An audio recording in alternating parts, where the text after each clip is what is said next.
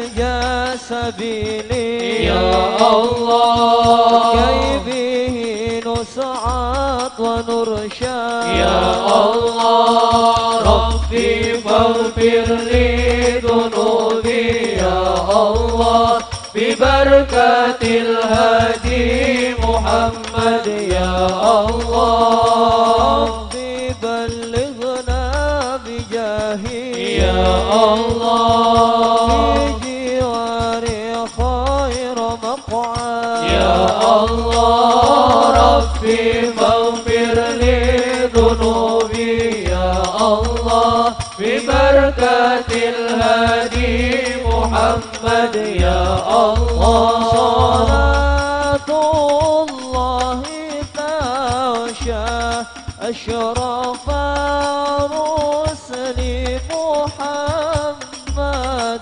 وسلام مستمر كل حين يتجانى طلع البدر علينا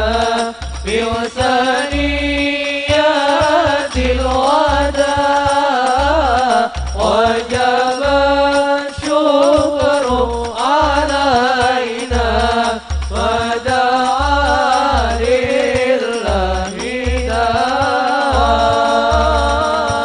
مرحبا يا مرحبا يا نور العين مرحبا جد الحسين مرحبا مرحبا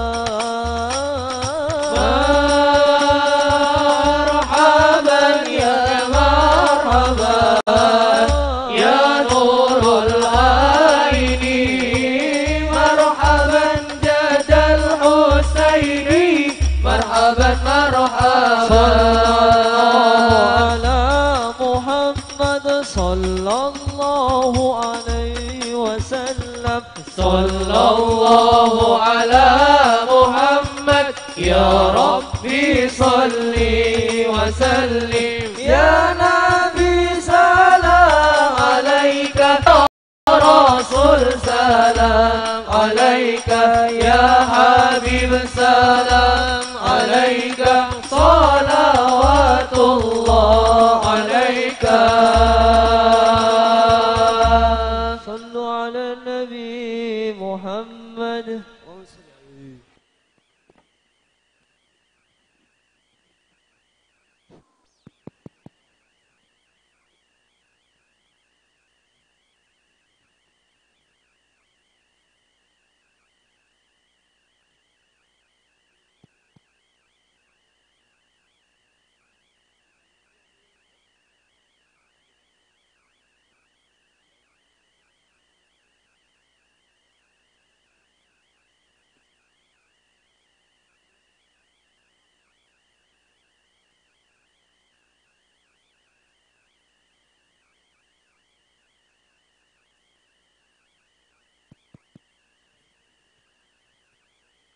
إلى حضرة النبي المصطفى رسول الله صلى الله عليه وسلم وعلى آله وصحبه أجمعين الفاتحة أعوذ بالله من الشيطان الرجيم بسم الله الرحمن الرحيم الحمد لله رب العالمين الرحمن الرحيم مالك يوم الدين إياك نعبد وإياك نستعين اهدنا الصراط المستقيم صراط الذين أنعمت عليهم غير المغضوب عليهم ولا الضالين آمين بسم الله الرحمن الرحيم قل هو الله أحد الله الصمد لم يلد ولم يولد ولم يكن له كفوا أحد بسم الله الرحمن الرحيم قل هو الله أحد الله الصمد لم يلد ولم يولد ولم يكن له كفوا أحد بسم الله الرحمن الرحيم قل هو الله أحد الله الصمد لم يلد ولم يولد ولم يكن له كفوا أحد لا إله إلا الله والله أكبر بسم الله الرحمن الرحيم قل أعوذ برب الفلق من شر ما خلق ومن شر غاسق إذا وقب ومن شر النفاسات في العقد ومن شر حاسد إذا حسد لا إله إلا الله والله أكبر بسم الله الرحمن الرحيم قل أعوذ برب الناس ملك الناس إله الناس من شر الوسواس الخناس الذي يوسوس في صدور الناس من الجنة والناس لا إله إلا الله والله أكبر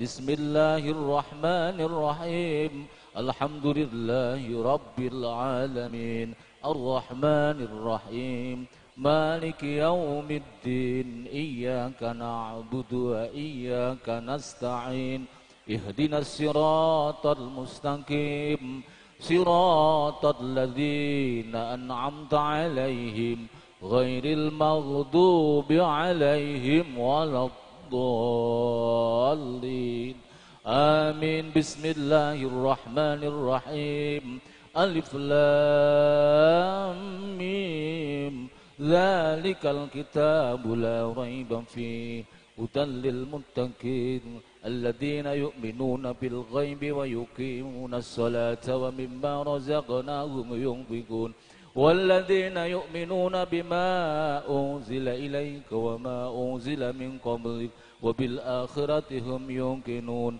أولئك على هدى من ربهم وأولئك هم المفلحون وإلهكم إله واحد لا إله إلا هو الرحمن الرحيم الله لا إله إلا هو الحي القيوم لا تأخذه سنة ولا نوم له ما في السماوات وما في الأرض من ذا الذي يشفع عنده إلا بإذنه يعلم ما بين أيديهم وما خلفهم ولا يحيطون بشيء من علمه إلا بما شاء وسع كرسي السماوات والأرض ولا يؤوده حفظهما وهو العلي العظيم وحسبنا الله ونعم الوكيل نعم المولى ونعم النصير لا حول ولا قوة إلا بالله العلي العظيم أفضل ذكر فاعلموا أنه لا إله إلا الله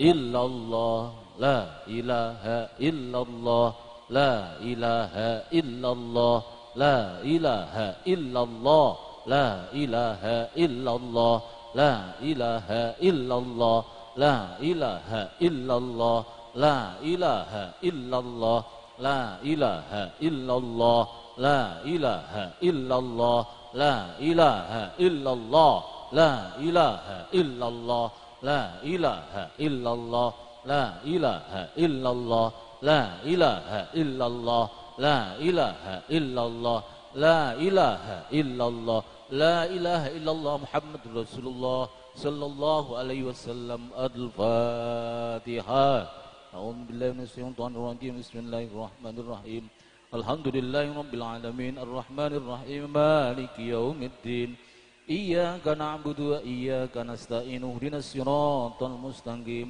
صراط الذين أنعمت عليهم غير المغضوب عليهم ولا الضالين آمين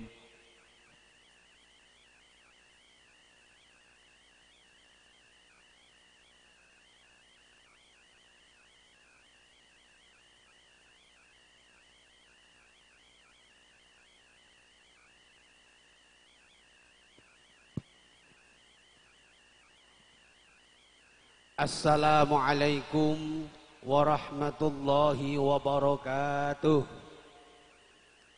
Alhamdulillah alladzi an'ama alaina bittiba'i ahli sunnati wal jama'ati nahdiyah. Ashhadu an la ilaha illallah wahdahu la syarika lah wa ashhadu anna Muhammadan abduhu wa rasuluhu la nabiyya ba'dah. Allahumma salli wa sallim wa barik ala sayyidina Muhammad ibn Abdillah wa ala alihi wa ashabihi wa man tabi'a dinahu wa walah wa la hawla wa la quwwata illa billah amma ba'dah. Hadratal mukarramin ulama'ana al-kiram al-a'izza Al-Akhos wonten pangersanipun Mustasyar jajaran Mustasyar PWNU Jawa Tengah nun inggih Romo Ki Haji Ahmad Romo Ki Haji Dr. Ahmad Daroji MSI. Wonten pangarsanipun Simbah Kiai Haji Anik Muhammadun. Wonten pangarsanipun Bapak Ki Haji Ahmad. Wonten pangarsanipun para alim ingkang tansah kita hormati ingkang boten saged kawula sebat asma karimipun.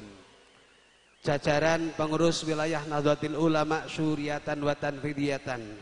Wabil muqaddimati Rais Syuriah PWNU Jawa Tengah Simbah Ki Haji Ubaidillah Sodaqoh.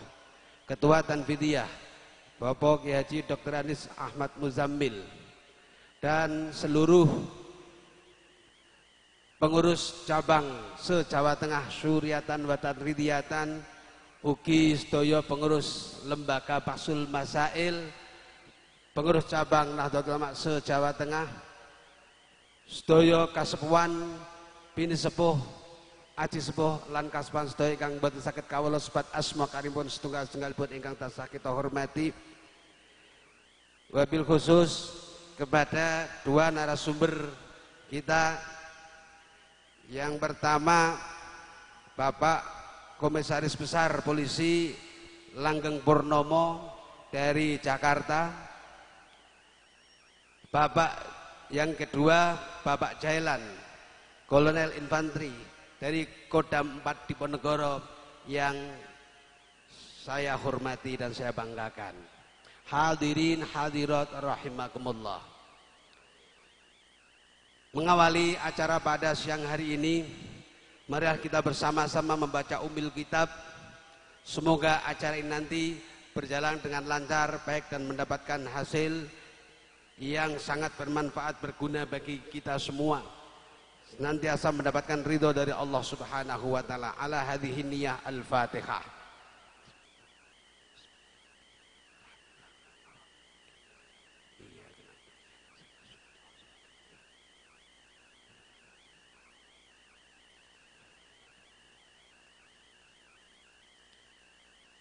Hadirin hadirat rahimakumullah.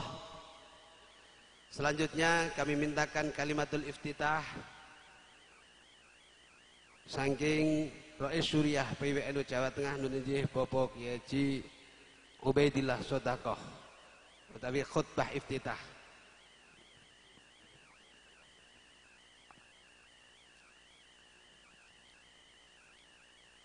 Assalamualaikum warahmatullahi wabarakatuh. Alhamdulillahilladzi awdaha lana subulal hidayah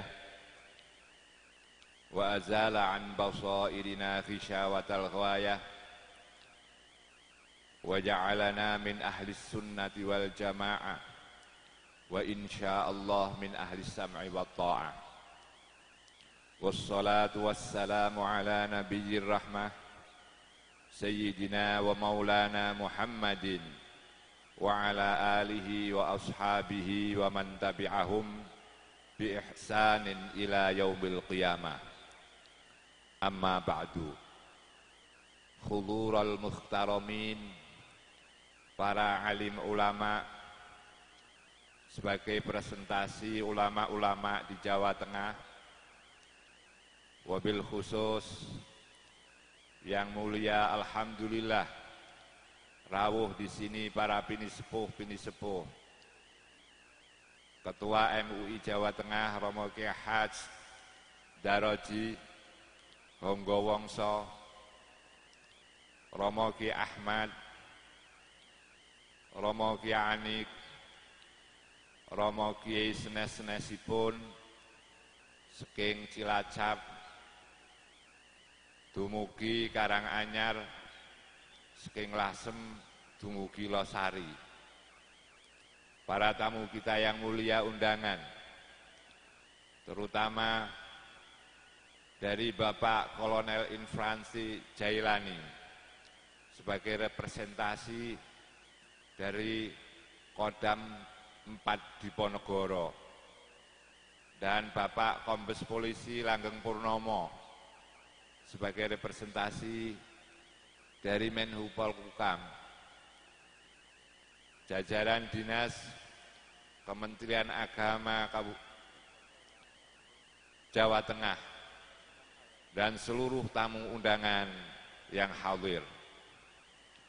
Alhamdulillah pada siang hari ini kita dapat berkumpul bersama-sama di tempat yang insya Allah mubarak ini,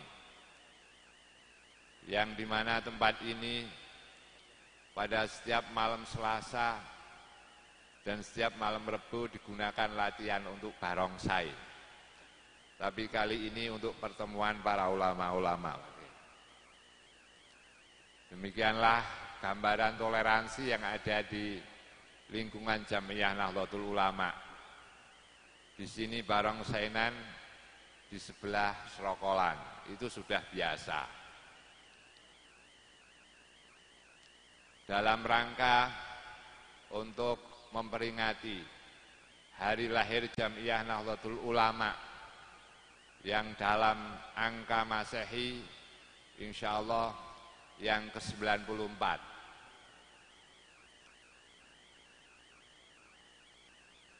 Dengan rangkaian-rangkaian yang alhamdulillah kemarin sudah bisa dilaksanakan, seminar nasional, kemudian hari ini pertemuan alim ulama, khususnya lebih pada pengurus cabang Nahdlatul Ulama yang ada se-Jawa Tengah, para rais-rais syuriah, para mustasyar, dan kepengurusan yang lain. Dan insya Allah pada malam selanjutnya akan diadakan pertunjukan wayang. Kemudian setelah itu akan dipertunjukkan para kiai-kiai yang akan membaca puisi di sini. Insya Allah Kiai Mustafa Bisri juga berkenan hadir. Kemudian juga ada pelatihan-pelatihan suwuk atau istilah bahasa umumnya yang sekarang sedang tren adalah ruqyah. Kemudian juga untuk memperkenalkan Islam yang moderat ala Ahlus Sunnah wal Jamaah akan diadakan festival band untuk anak-anak SMA di Kota Semarang ini. Karena kita tahu bahwa radikalisme tumbuh sejak dari usia sekolah SMA. Karena anak-anak kita tidak mengenal paham Ahlus Sunnah wal Jamaah yang moderat. Maka bagaimana usaha kita menarik generasi yang akan datang itu ke lingkungan NU. Maka kami, para pengurus, mencetuskan inisiasi untuk mendekati mereka. Yang pertama ini baru bisa dalam taraf memberikan tempat ekspresi mereka dalam bidang seni, insya Allah juga di sini. Kemudian juga rangkaian untuk memperkenalkan produk-produk para nahdliyin dari seluruh Jawa Tengah ini, yang masih kami tekankan pada kerajinan-kerajinan batik dan pakaian-pakaian, serta obat-obatan, kemudian kopi, tembakau, dan lain sebagainya. Yang sebagian besar semuanya itu adalah warga Nahdliyin. Dan kemudian insya Allah akan ditutup pada malam Senin tanggal 8 Maret yang akan datang dengan istighosah bersama seluruh Nahdliyin Jawa Tengah di Simpang 5. Semuanya itu demi melancarkan pendampingan kami sebagai pengurus wilayah Nahdlatul Ulama dan sebagai pengurus cabang-cabang serta ranting-ranting pendampingan kepada masyarakat, pembimbingan kepada masyarakat, supaya masyarakat ini menjadi tenang dengan bimbingan-bimbingan para romo kiai yang alim. Hadirin yang dimuliakan oleh Allah, di tengah-tengah musibah yang marak saat sekarang ini, di tengah-tengah kekacauan dunia, dari peperangan sampai akhir-akhir ini wabah corona, sampai sudah masuk di Indonesia.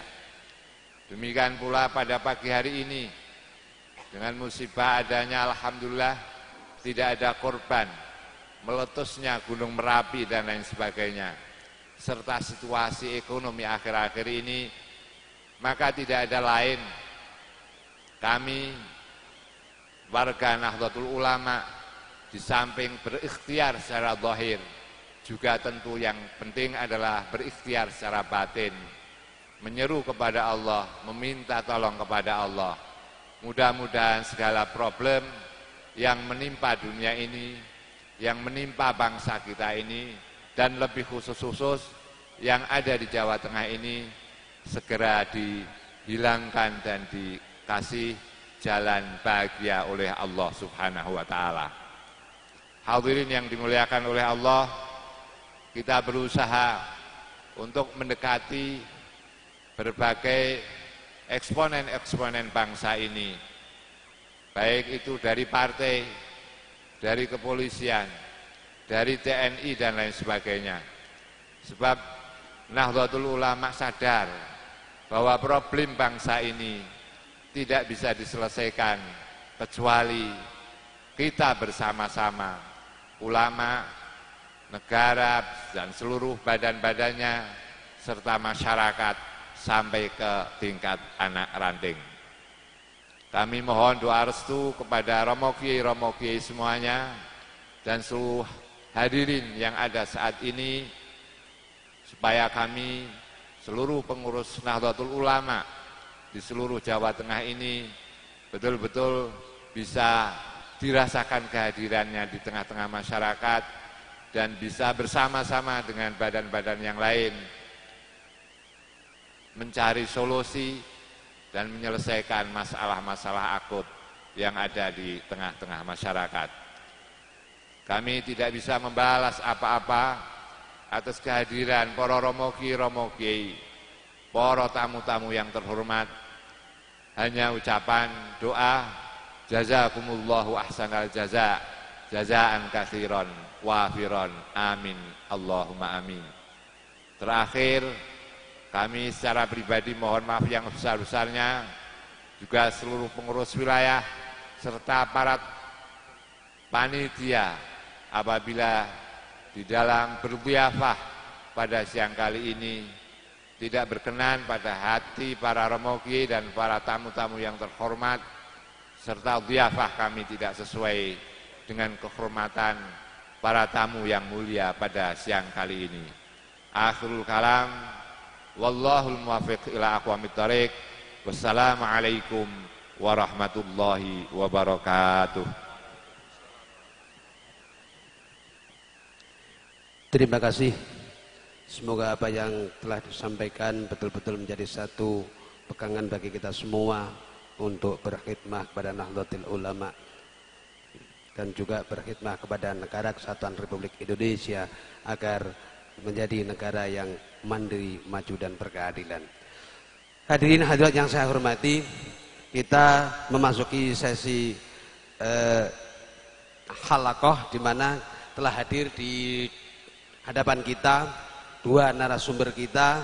Yang pertama Bapak Jailan Kolonel Infanteri, yang kedua Bapak Kombes Polisi Langgeng Purnomo.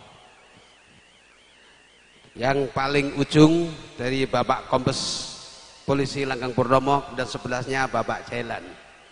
Oleh karena itu, sebelum kita berikan waktu kepada para narasumber, perlu saya sampaikan kurikulum VT atau daftar riwayat hidup para narasumber. Yang pertama, mohon maaf ini urut urut tua Pak, karena nampaknya lebih duluan Pak Jailan lahirnya ini 71. Nama Jailan Kolonel Infanteri, tempat tanggal lahir Gerobokan 4 Juni 1971. Ini masih muda sekali ini. Masih baru 29 tambah 20 berarti baru 49 ya. 49 tahun. Jadi lebih tua daripada ketua PWNO-nya. Pak Muzamil ini 1966 Pak. Jadi 5 tahun adiknya Pak Muzamil ini secara usia. Jabatan terakhir Asisten Teritorial Kodam 4 Diponegoro. Istri Ibu Cahyani Kirana Bakti. Nama anak Abdurrahim Ahsan Mukhlisin yang pertama. Yang kedua Najla Salsabila Zelianti. Ini nampaknya Pak Zailan ini balas dendam seperti saya Pak. Saya namanya satu kata, tapi anak saya namanya lebih dari 2 kata. Ini Pak Zailan namanya juga sama ini, balas dendam nih, karena namanya cuma 1 kata, kemudian anaknya dikasih nama 3 kata. Barangkali begitu Pak ya. Alamat sekarang di Jalan Kesatrian dengan 06 Jatingaleh Semarang. Pendidikan beliau lulusan Akademi Militer Magelang ya. Strata 1 jurusan Hubungan Internasional. Riwayat jabatan yang pertama Komandan Rayon Mat 10 Alugoro. Kemudian Komandan Kodim 0717 Purwodadi Gerobokan. Kembali ke kampung ini. Kemudian Pak Pandia ya, Mabes. Kemudian Kasiter Korem 072 Pamungkas, dan terakhir Aster atau Asisten Teritorial Kodam 4 Diponegoro. Narasumber kita yang kedua yang tidak kalah kerennya yaitu Bapak Komisaris Besar Polisi Langgeng Purnomo. Tempat tanggal lahir Kebumen. Ini kayaknya ngapak-ngapaknya sudah mulai hilang ini karena sudah lama meninggalkan Kebumen. Lahir tanggal 15 Juni 1972. Terpaut 1 tahun sama-sama Juninya ya. Terpaut 1 tahun lebih 11 hari. Jabatan terakhir sekarang Kepala Bagian Biro SSDM Mabes Polri. Nama istri Dini Warastuti. Dikaruniai anak 3, yang pertama Muhammad Rizki, yang kedua Azizah, dan yang ketiga Asia. Nah, kalau ini kebalikan dari Pak Zailan, karena Pak Langgeng Purnomo sudah panjang, maka anaknya pendek-pendek. Memang sukanya begitu, panjang itu gatunya dengan pendek begitu katanya. Alamat Jalan Candi Prambanan, Ngalian, Semarang. Pendidikan S1 beliau selesaikan Akademi Polisi tahun 1995, kemudian melanjutkan Strata 2 di Universitas Diponegoro, mengambil jurusan Ilmu Hukum. Riwayat jabatan yang pertama beliau menjabat Kepala Polisi Resort Gerobokan, yang kedua Kapolres Klaten, dan berikutnya Kepala Biro SDM Polda Banten. Sekarang beliau di Kabak SSDM Mabes Polri Jakarta. Pengalaman organisasi yang sampai saat ini beliau adalah koordinator relawan cinta tanah air Indonesia.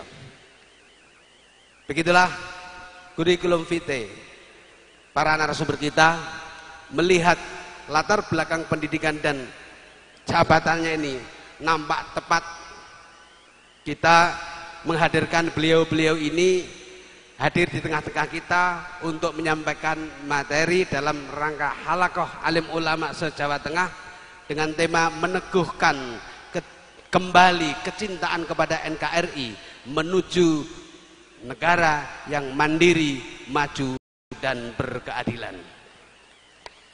Tepuk tangan untuk beliau berdua. Hadirin yang berbahagia, berbicara tentang kecintaan warga Nahdlatul Ulama kepada NKRI, saya kira tidak satupun orang meragukan itu. Karena sesungguhnya Nahdlatul Ulama bagian dari pendiri negeri ini. Karena bagian dari pendiri, Nahdlatul Ulama selalu konsisten dalam menegakkan negara kesatuan Republik Indonesia. Oleh karena itu, berbicara meneguhkan kecintaan kepada NKRI sebetulnya sudah selesai bagi Nahdlatul Ulama.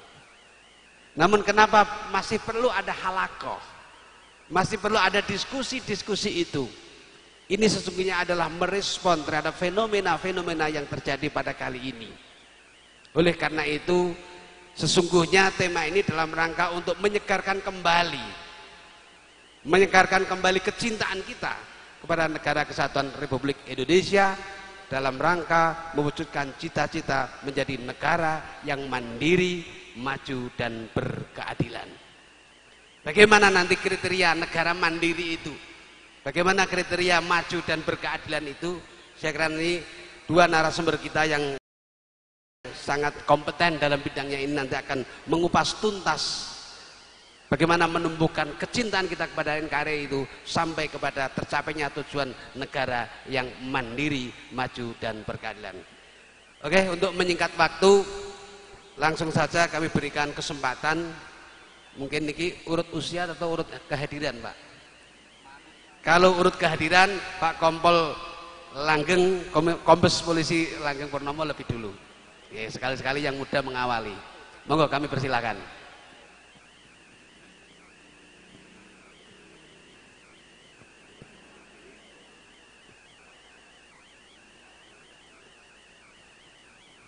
Boleh berdiri, Pak. Ya, bebas.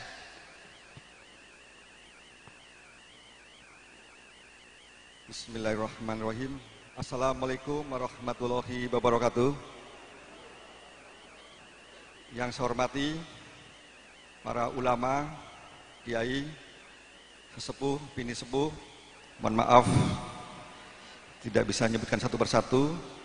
Khususnya yang saya hormati Rois Surya PWNU Jawa Tengah, Ketua Tanfidiyah PWNU Jawa Tengah, Wakil Gubernur Jawa Tengah, Pangdam 4 Diponegoro, dalam hal ini wakil oleh Kolonel Infanteri Jailan selaku Aster. Yang saya hormati Roy Surya PCNU se-Jawa Tengah, Prokopinda Provinsi Jawa Tengah, dan seluruh PC Jatman se-Jawa Tengah, dan seluruh hadirin yang dirahmati Allah Ta'ala. Marilah kita memanjatkan puji syukur kepada Allah Ta'ala segala limpahan rahmat nikmat kepada kita semuanya, khususnya nikmat sehat dan nikmat kesempatan pada saat ini kita dapat bersilaturahmi. Selawat dan salam marilah kita sampaikan kepada junjungan kita Nabi besar Muhammad SAW. Mudah-mudahan kita mendapat syafaat di akhir zaman nanti. Mohon izin kepada para ulama, guru-guru saya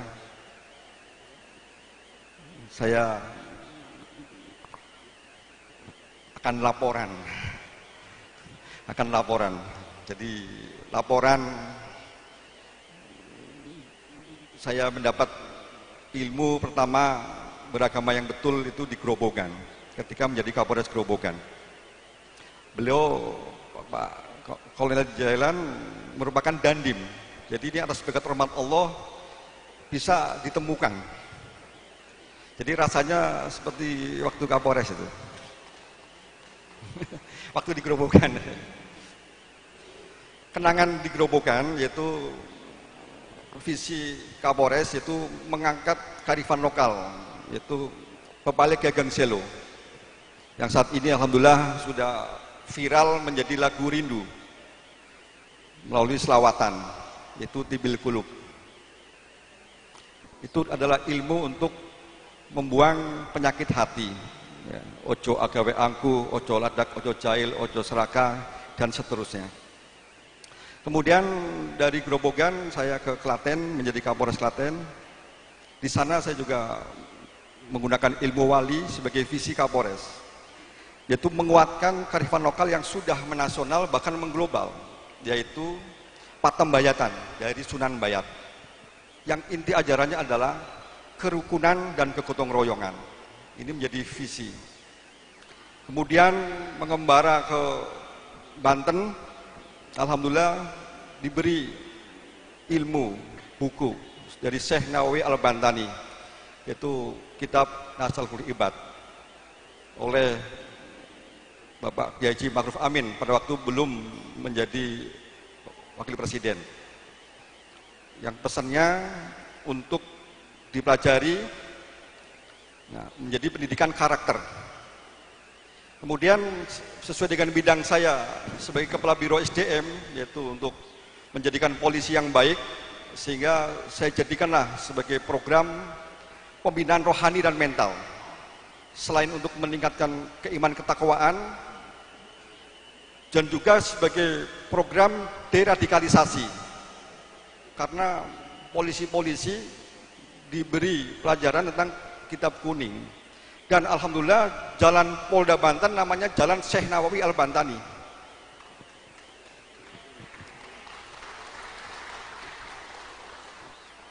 Yaitu puncak kegiatannya Bapak Kapolda Banten pada waktu itu, yaitu sekarang menjadi Kabar Reskrim, ngundang seluruh ulama di Banten.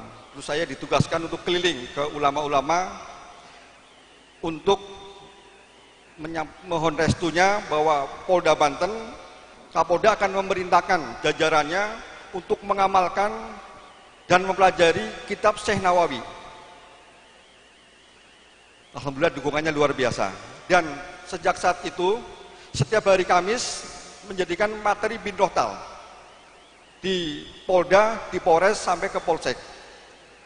Kami gandeng, yaitu ulama-ulama yang mempelajari kitab kuning, sehingga polisi-polisi gurunya jadi banyak. Kemudian sebagai di Polda Banten pun ada, yaitu setiap bulan, yaitu zakat 2,5%, terkumpul rata-rata 300 juta. Itulah diantaranya untuk fisabilillah. Kemudian ketika saya di Banten mencermati perkembangan situasi ketika pemilu, saya melihat bahwa permasalahan bangsa, yaitu menyangkut persatuan dan persaudaraan, masih terjadi. Saya melihat bahwa permasalahan ini bukan serta-merta merupakan permasalahan internal karena faktor dari bangsa Indonesia itu sendiri. Justru yang banyak berkepentingan adalah dari negara-negara lain. Yaitu ketika dulu NKRI ini belum berdiri, bangsa kita belum merdeka, mereka itu masuk menjajah, yaitu untuk mengambil yang bukan miliknya. Kemudian mereka, para bangsa-bangsa penjajah, ya, sekarang sudah menjadi bangsa-bangsa yang maju. Jadi bangsa-bangsa yang maju itu sebenarnya dulu mengambil materi dari Indonesia. Kemudian saat ini di era globalisasi, pasar bebas, di era revolusi industri 4.0, penjajahnya model baru, yaitu ekonomi. Bahwa negara kita penduduknya 275 juta. Ini merupakan satu pasar yang empuk. Ya, bahwa bagaimana strategi mereka dagangan ke Indonesia itu laku, tapi dagangan Indonesia ke negara mereka itu nggak laku. Strateginya apa?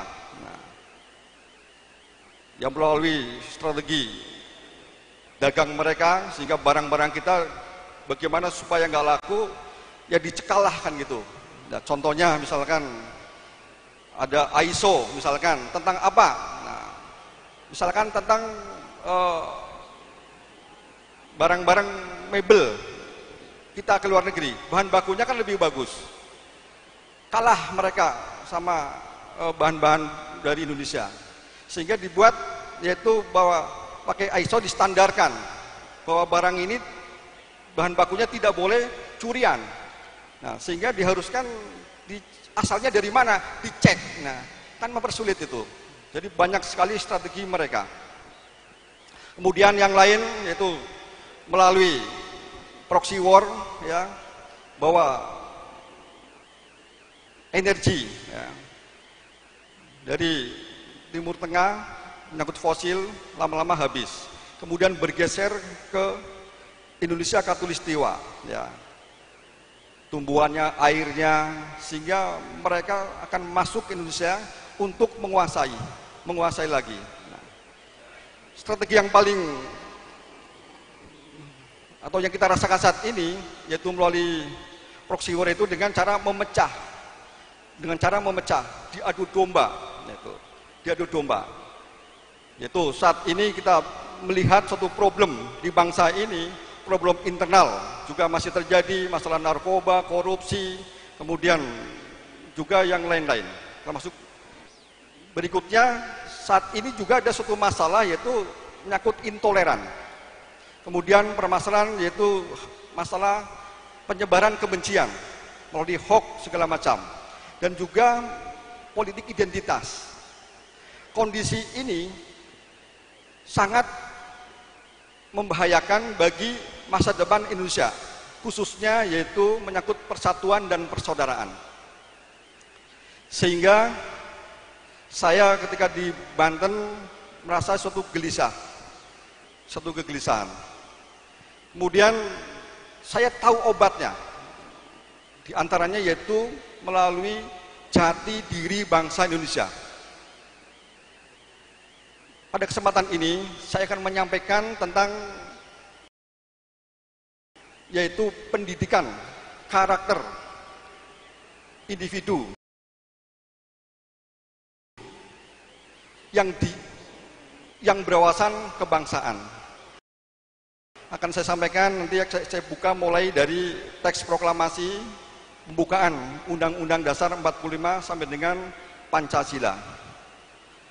Bahwa Pancasila saat ini sebenarnya banyak ya dari bangsa Indonesia ini kadang tidak nyambung dengan, ya kalau kita bilang Pancasila ini adalah misalkan sebuah pusaka, yang megang ini kurang nyambung frekuensinya. Mengapa? Ya karena jiwanya Pancasila yaitu sumbernya dari ilahi, yaitu ketuhanan yang Maha Esa. Kemudian kemanusiaan ini adalah jiwa jati diri bangsa, yaitu keimanan dan kemanusiaan harus ada dalam jiwa bangsa Indonesia, sehingga arah geraknya akan baik. Kalau dalam jiwa kita adalah materialisme, ya arah gerak kita ya mengarah kepada materi. Yang terjadi adalah menyuburkan kapitalis. Tapi kalau dalam jiwa kita adalah manunggalnya keimanan dan kemanusiaan, arah geraknya akan baik, sehingga nyambung dengan Pancasila. Untuk bisa menyambungkan dengan frekuensi Pancasila ini, yaitu melalui proses pembersihan hati.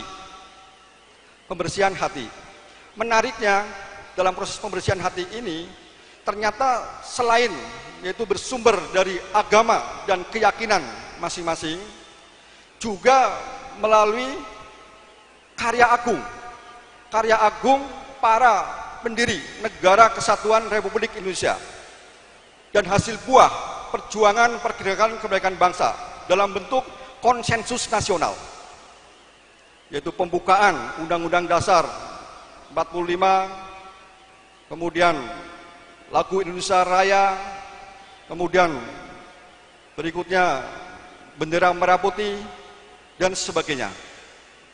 Namun dalam hal ini, karena di sini kita akan membersihkan hati melalui produk konsensus nasional ini, tentunya dalam memahaminya itu tidak pakai yaitu apa yang dilihat oleh mata, tapi melalui rasa hati, Mohon izin saya ingin menyampaikan yaitu tentang diawali yaitu dari membersihkan hati kita, yaitu dari memaknai kemerdekaan, teks proklamasi kemerdekaan. Bahwa teks proklamasi kemerdekaan ya bunyinya, kami bangsa Indonesia menyatakan dengan ini kemerdekaan Indonesia. Yang menyatakan kemerdekaan itu bangsa Indonesia. Bangsa, tulisannya kan gitu. Merdeka dari apa? Dari sifat. Sifat apa? Sifat penjajah, sifat dolim, sifat sombong, sifat tamak, dan sebagainya. Ini supaya menyentuh rasa. Kemudian nyambung ke alinea 1 pembukaan Undang-Undang Dasar Negara Republik Indonesia tahun 1945, alinea 1 intinya adalah penjajahan di atas dunia harus dihapuskan. Penjajahan di atas dunia harus dihapuskan dari diri kita. Hapuskan.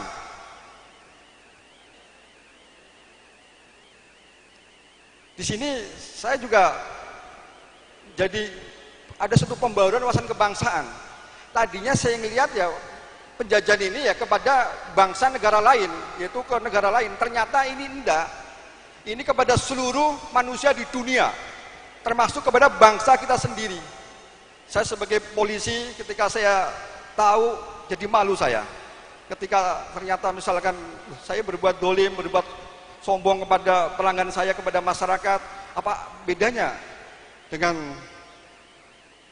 para, ini kan sifat-sifat penjajah, ya, dari sifatnya. Kemudian alinea ke-1 tadi, yaitu penjajahan di atas dunia harus dihapuskan. Hapuskan dari diri kita. Ini nyambung dengan pepalik Ageng Selo. Ojo agawe angkuh, ojo ladak, ojo jahil, ojo ati serakah. Nah ini sifat-sifat penjajah ini, materialisme. Nah penjajah yang diambil kan materinya. Kemudian ke alinea kedua, setelah sifat itu kita buang, kemudian kita sadar, yaitu akan memasuki sebuah negara, yaitu sifatnya merdeka, bersatu, berdaulat, adil, dan makmur.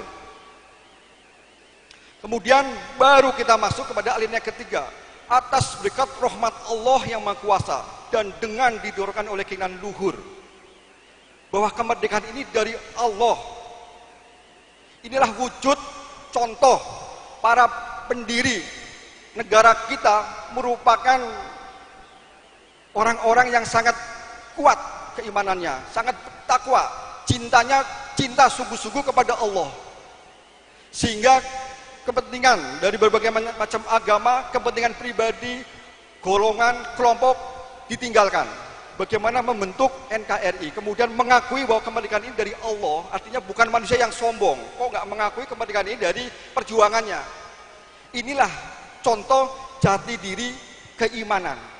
Sehingga dalam hal ini kita dapat mengambil daya takwa para pendiri negara kita masuk dalam jiwa kita. Ambil daya takwa itu, masuk dalam jiwa kita.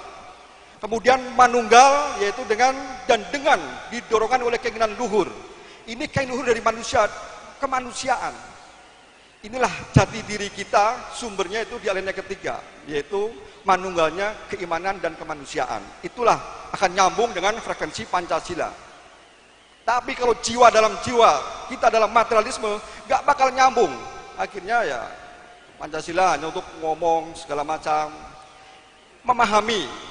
Sebagaimana saya sampaikan, akhirnya bukanlah kita dalam kapasitas mengoreksi orang lain sudah Pancasila atau belum, tapi kita koreksi diri kita, koreksi diri kita, koreksi diri kita. Karena seperti sekarang saya ngomong begini, untuk saya, tadi saya sampaikan saya laporan mengembara ini, laporan mengembara. Sekarang dari Pepalik Ageng Solo, kemudian Klaten dan Banten, sekarang nasional. Saya sampaikan ini laporan hasil mengembara saya.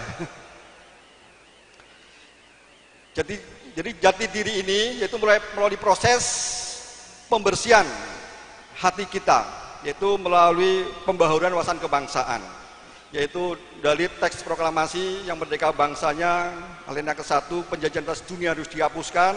Kemudian kita masuki suatu negara, kita sadar bahwa merdeka, bersatu, berdaulat, adil, dan makmur. Setelah itu kita mendapatkan rahmat dari Allah. Nah, disinilah jati diri keimanan dan kemanusiaan. Kalau ini ada dalam jiwa kita, maka arah geraknya akan baik. Kemudian ya, melalui penemuan jati diri bangsa ini, kemudian akan digunakan untuk apa? Ya, kita gunakan untuk memfaktakan Pancasila. Karena apa? Jiwa jati diri bangsa itu ada di sila 1, sila kedua.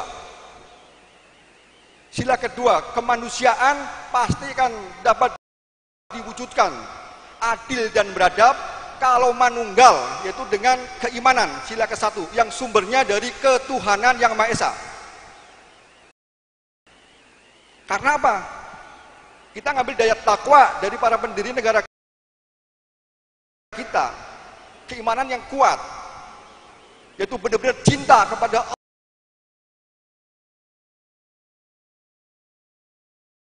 Allah, bukan cinta palsu, bukan cinta palsu.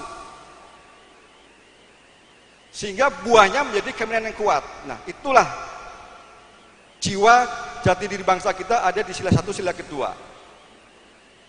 Jadi kesimpulan yang saya sampaikan ini juga nyambung dengan suatu proses ya, yaitu ilmu tasawuf. Pertama dari ya syariatnya itu, namun di sini adalah ketuhanan yang Maha Esa sesuai dengan agama dan keyakinan masing-masing, menjalankan agama dengan benar, benar-benar cinta kepada Allah atau kepada Tuhan sesuai dengan agama masing-masing. Kemudian berikutnya jalannya torekohnya itu melalui pembaharuan wawasan kebangsaan yang menyentuh rasa.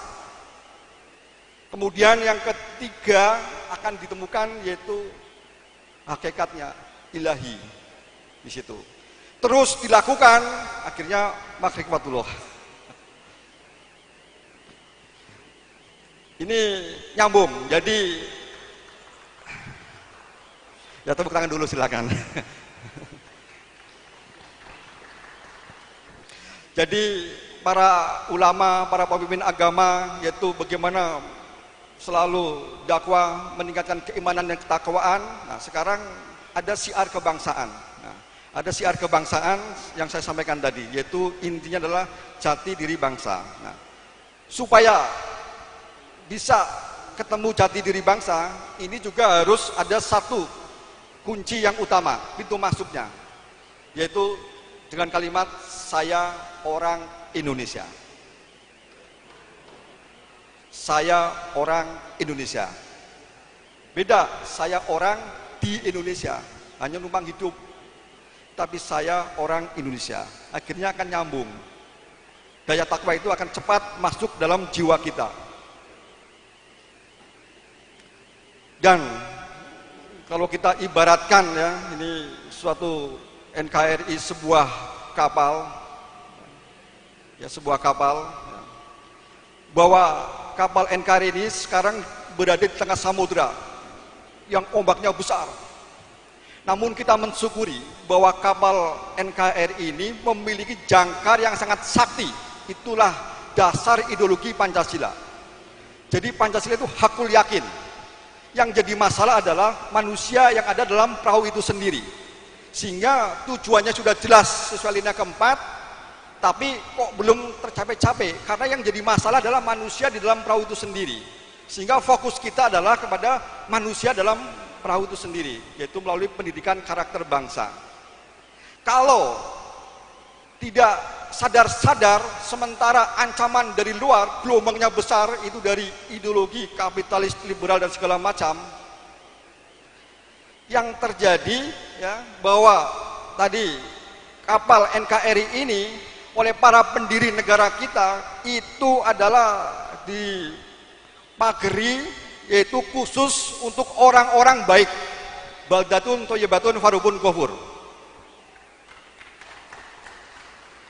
Kalau manusianya nggak mensyukuri,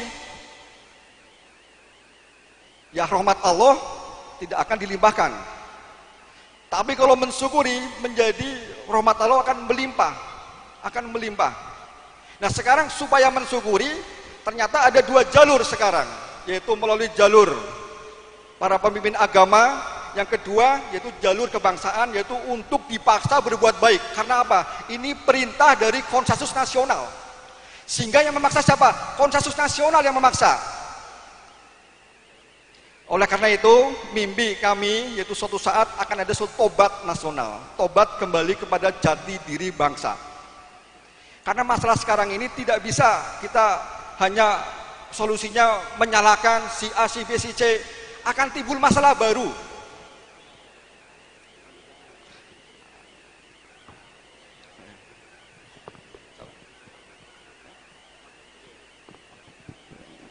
Ya, selamat datang kepada Bapak Wakil Gubernur Jawa Tengah.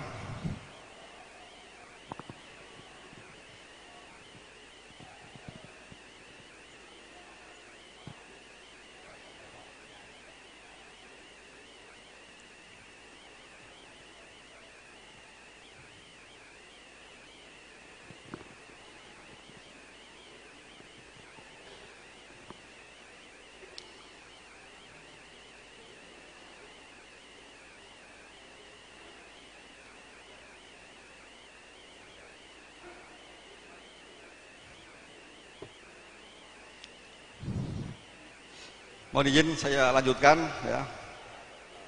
Saya lanjutkan ya bahwa tadi untuk memaksa berbuat baik ini merupakan perintah dari konsensus nasional. Jadi melaksanakan Pancasila ini harus dipaksakan. Tapi yang memaksa siapa? Ya konsensus nasional yang memaksakan. Kalau enggak, ini para pendiri negara kita ini ya, di awal itu yang naik perahu ini ya, kalau kita ibaratkan itu ilustrasi satu cerita dari Nabi Nuh dan kapalnya, ini kan di awal adalah manusia-manusia yang bertauhid yang naik kapal ini. Tapi kalau cintanya palsu, nggak benar-benar cinta sungguh-sungguh, cinta suci kepada Allah ya, itu sangat membahayakan. Sangat membahayakan. Sangat membahayakan. Apalagi ada yang sampai ngelubangin kapal, ini bisa kerem, bisa bocor. Jadi solusinya itu adalah yang pertama, sila ke-1, ketuhanan yang Maha Esa harus benar-benar dilakukan dengan cara beragama yang betul. Buahnya adalah keimanan yang kuat. Kemudian menyatu dalam dalam kapal besar NKRI, yaitu manusia-manusia yang berjiwa kemanusiaan, yaitu jadi diri keimanan kemanusiaan manunggal dalam jiwa kita. Itu menjadi suatu PR kita bersama supaya persatuan persaudaraan ini bisa kokoh, sehingga hubungan saling percaya, gotong royong itu akan bisa kita wujudkan. Dan dalam hal ini saya mensyukuri ya, di sini yaitu keluarga NU. Nah ini harapannya ini bagian dari laporan saya yang kemudian berikutnya bisa menjadi bahan suatu renungan. Kemudian saya yakin para ulama, kiai dan semua yang hadir itu sudah lebih paham daripada saya. Sudah lebih paham daripada saya. Sehingga dalam hal ini akan menjadi sinar untuk menyinari Indonesia supaya Indonesia benar-benar raya. Ya, sebagaimana inti dari lagu Indonesia Raya adalah bangunlah jiwanya, bangunlah badannya untuk Indonesia Raya. Kita bangunkan jiwanya ini supaya Indonesia raya. Ya, kemudian berikutnya kita juga perlu ya mengintrospeksi diri juga ketika kita melihat suatu peristiwa resolusi jihad yaitu yang Surabaya itu ya. Itu kan kita melihat contoh bahwa Belanda datang gonceng kepada sekutu, kemudian itu tabiatnya berani karena berani macan, tabiat macan itu untuk menerkam lagi, mau mengambil yang bukan haknya. Tapi bangsa kita ya itu ya Belanda mengibarkan bendera merah, putih, biru, bendera birunya itu disobek. Kenapa disobek? Ya, karena satu semangat yaitu cinta kepada tanah air, hubul watol minal iman, hub diawali dengan cinta. Kemudian merah putih berani karena benar, hatinya suci. Kemudian bendera biru ini disobek. Maksudnya apa? Itu adalah tipuan-tipuan Belanda. Biru itu kan sifat-sifat Doro itu kan, sifat-sifat Doro disobek. Nah itu menjadi merah putih, itulah maknanya seperti itu. Ya. Intinya di sini kita ini hati kita dibuat benar-benar sakti gitu. Benar-benar sakti. Saya kira demikian ya, saya mohon maaf ya atas segala kekurangannya, ada yang salah. Ini bagian dari syiar saya tentang kebangsaan ya. Itu rasa cinta kepada tanah air Indonesia, karena Allah cinta kepada tanah air Indonesia. Sehingga kita hukumnya wajib untuk cinta kepada tanah air Indonesia. Cintanya ya. Cintanya Allah kepada tanah air, cintanya kita kepada tanah air akan ketemu. Cinta. Nah itulah jalan cepat menuju kepada Allah. Dan yang saya sampaikan ini bukan murni dari saya ya. Ini rujukan saya, yaitu dari buku Jati Diri Bangsa, yaitu di sini adalah dari seorang ulama, yaitu Kiai Haji Muchtar Mukti. Itu ya, tentang jati diri bangsa. Beliau meneliti dengan periksa rasa dan karsa. Nah, inilah yang saya jadikan rujukan. Nah, kemudian di sinilah saya mohon izin untuk melaporkan hasil mengembara saya. Terima kasih. Saya akhiri, wassalamualaikum warahmatullahi wabarakatuh.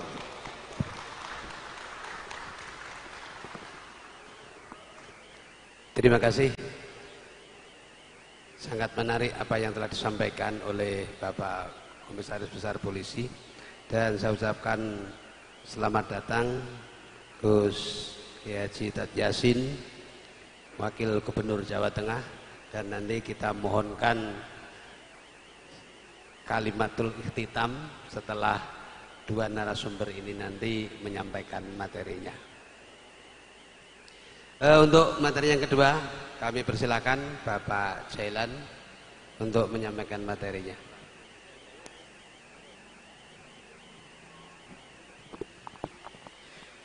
Bismillahirrahmanirrahim. Assalamualaikum warahmatullahi wabarakatuh. Yang terhormat Kiai Haji Ahmad Daroji, Ketua MUI Jawa Tengah. Yang terhormat Kiai Haji Ahmad Mustazhar NU. Yang saya hormati Pak Wagub yang baru hadir, kemudian para Rois Suriah 36 cabang di NU, para sesepuh, bini sepuh, para kiai, ulama yang hadir, yang saya hormati, rekan saya seperjuangan. Jadi Mas Langgeng ini akabrinya dulu bareng saya, Pak. Jadi satu leteng saya, dorongan dari Harlah NU ke 97 PWNU Jawa Tengah. Alhamdulillah, terima kasih. Sesepuh para ulama, saya asli dari ya, masih kita bisa marah alam. Nanti tadi sudah disampaikan oleh Pak, berjuang lebih. Kenapa? Kita lihat euforia pemilu tahun itu. Ada 01, 02 yang siap tempur, siap hancur-hancuran, sepertinya siap Indonesia ini bubar. Betul nggak? Kalau dilanjutkan seperti itu terus menerus, ya, tinggal tunggu waktu. Makanya jangan sampai mau kita diadu domba. Kalau Indonesia pengen maju, ya, kita tidak boleh diadu domba. Apalagi diadu domba namanya sara, suku, agama, ras, dan antar golongan. Nggak boleh. NU sudah terbukti, ya, NU sudah terbukti. Kapan terbuktinya? Ya. Ini tahun 1871 sampai 1947, ya. Ini dari Kiai Hasyim Asy'ari. Siapa beliau? Siapa, Pak? Siapa, Yi? Jawab yang kenceng. Siapa Kiai Hasyim Asy'ari? Nah, kita sudah diajari sama beliau. Jangan mau dipecah. Ya. Beliau berhasil menentukan prinsip hubul waton minal iman. Masa kita mau dipecah? Ini NU kan? Mau dipecah nggak? Saya yakin ini NU, ya, karena sambil dengarkan sambil ngerokok. Mesti NU beneran itu. Nggih. Mesti NU beneran, ya. Yai Ahmad Darsi nyun sewu nih. Ini kan NU beneran sih. Wong karo ngrungokno karo ngerokok ngene. Iku nek ra NU ra ono lho iki. Ya. Ini beliau sudah mengatakan ya. Cinta tanah air adalah bagian dari iman. Ya. Konteksnya saat itu untuk membangkitkan nasionalisme kita. Apakah kita sekarang harus terus diingatkan itu? Tidak. Sekali NU tetap NU, jiwa Mbah Hasyim Asy'ari tetap ada di dalam gerakan kita. Itu baru orang NU. Ya. Kita cepet ke iki masalahnya wis kadung sore iki, ya.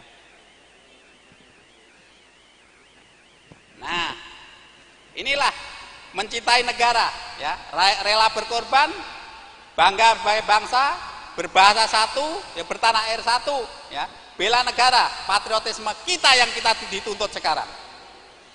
Kalau para gus, para kiai, para ulama sekarang menjadi pimpinan pondok pesantren, ya, jangan mau dipengaruhi, jangan mau diadu domba, ya, jangan mau. Sekarang Pak, dari luar negeri, ya, saya tidak mau menyebutkan negaranya, ya. Saya sampai jam berapa nih, Pak Moderator? Sampai jam berapa? Kasih tahu loh. Saya biasa ngomong 2 hari itu tidak berhenti saya.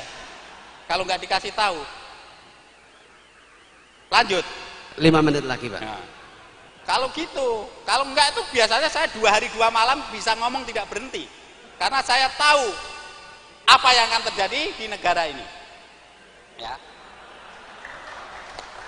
Jadi kalau diomongkan 2 hari 2 malam sampean tidak akan bisa tidur, ya, dan saya tidak akan bisa berhenti berbicara. Loh betul ini. Mau nyoba? Ya, nggak wani dia. Nah, ini tadi Pak Langgeng sudah menyinggung tentang undang-undang. Setiap warga negara berhak dan wajib ikut serta dalam usaha pembelaan negara. Seluruh warga, Pak. Itu laki, itu perempuan, ya. Ada yang waria juga, ya. Itu juga wajib ikut, ya, mempertahankan eksistensi dan wujud Indonesia maju. Kalau kita mau maju, kuncinya harus bersatu. Nggak ada kata lain. Ya, kalau kita celongkrah, kita ribut, kita udah tinggal tunggu waktu, nggak sampai 2030.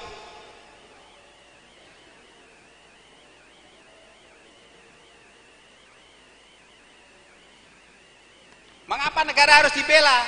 Negara itu seperti kita, Pak. Ya, seperti kita. Negara layaknya seperti manusia. Kita perlu hidup, ya. Kita perlu makan, ya. Kita perlu pakaian, kita perlu dan sebagainya. Makanya kita perlu dibela. Agar tetap hidup kita harus membelanya, melindungi dari segala macam bentuk ancaman. Ya, ini tugas kita. Ya. Maaf, ini sedikit saya agak ekstrim, ya, saya agak ekstrim ngomongnya. Mohon maaf para ulama jangan tersinggung, ya, karena ini bukan pemikiran saya yang ingin saya katakan. Sekali lagi, ini bukan pemikiran saya, ya. Kalau kita berbicara negara ini akan biar bisa tetap berjalan maju, ini kuncinya di sini. Ada pendidikan, masyarakat, pekerjaan dan sebagainya. Tetapi, Pak, tahun 1997 ada namanya orang Amerika itu, ya, namanya Jared Diamond Jason. 97 sudah mengatakan ada 3 negara yang nanti akan punah sebentar lagi, tidak sampai 100 tahun. Salah satunya adalah Kolombia, Indonesia, dan Filipina. Dikatakan tahun 97. Tetapi dengan ada indikasi, indikasinya apa? Ya. Indikasinya adalah satu, ya, mulai ada peradaban yang berubah. Peran seorang ibu sudah mulai tergantikan. Mohon maaf ibu-ibu, ya. Ibu-ibu lebih suka menjadi wanita karir atau menjadi ibu rumah tangga? Saya tanya, ada ibu-ibu, mumpung ada ibu-ibu. Sekarang zamannya sudah mau menjadi wanita karier, menitipkan anak-anaknya kepada pembantu, menitipkan anak-anaknya kepada baby sister, sehingga yang mengasuh bukan ibu. Itu salah satu tandanya negara itu akan lenyap. Yang kedua adalah hilangkan peran pendidik atau guru. Ya, kasih guru dengan administrasi-administrasi yang harus dia penuhi sehingga dia lupa hanya mengejar administrasinya saja, sehingga lupa bahwa dia adalah seorang pendidik yang harus ikhlas di dalam mendidik. Ini peran guru. Kalau ini sudah hilang, murid tidak akan mengikuti gurunya.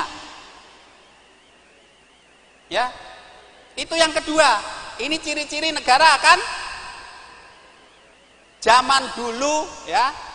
Kalau kita diketok sama kiai, meneng wae. Saiki coba di sampean pemimpin pondok pesantren ngetok palane santri. Neng pengadilan. Betul ya? Loh, zaman dulu kan kita kalau malam dibangunkan sama kiai, ya kan? Pakai pentongan. Tahajud, gitu kan? Kalau yang tua-tua, yang muda-muda ini belum mengalami mungkin. Tahajud, nggak bangun, diketok kepalanya. Kamu kok nggak bangun tahajud? Tapi sekarang sampean berani gitu? Pengadilan sesuk diomongke mbek wong tuane. Yang ketiga adalah ya, hilangkan peran rohaniawan. Rohaniawan itu Pak, para kiai, termasuk ulama, termasuk pendeta, hilangkan. Ya. Kasih para rohaniawan dengan berbagai jabatan, dengan berbagai politik, dimasukkan dalam ini sehingga lupa bahwa dia adalah seorang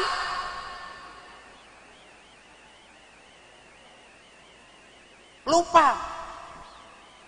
Ya. Biarkan mereka ikut berpolitik praktis. Apakah ulama atau agama tidak berpolitik? Harus berpolitik. Tetapi yang tidak boleh adalah berpolitik praktis. Lupa Pak, bahwa dia punya umat, dia akan lupa. Bahwa dia punya tanggung jawab, dia akan lupa. Ini kata Jared Diamond Jason, bukan kata saya. Jadi tadi saya sudah minta maaf, sudah dimaafkan sama sesepuh-sesepuh. Kalau ini menyinggung, bukan salah saya, nanti tuntut itu. Ya, itu tahun 97 sudah dikatakan. Kalau ini sudah berubah, ini sudah masuk, itulah salah satu tanda-tanda bahwa negara ya itu akan punah. Pak Jailan ngomong terlalu vulgar. Ben, salah aku diundang. Besok nambah udah undang nggak apa-apa. Ya, inilah. Ini kesimpulan ya, biar cepat langsung kesimpulan moderator karena diburu moderator nih. Cinta tanah air dan patriotisme adalah mengedepankan kepentingan negara. Jadi jangan kepentingan kita sendiri. Ya. Kita semua adalah komponen bangsa sebagai penopang utama ya, terhadap eksistensi bangsa dan negara. Kesadaran bela negara sesuai profesi, ya, wujudkan Indonesia maju. Sekarang profesi para gus, para ulama ini adalah sebagai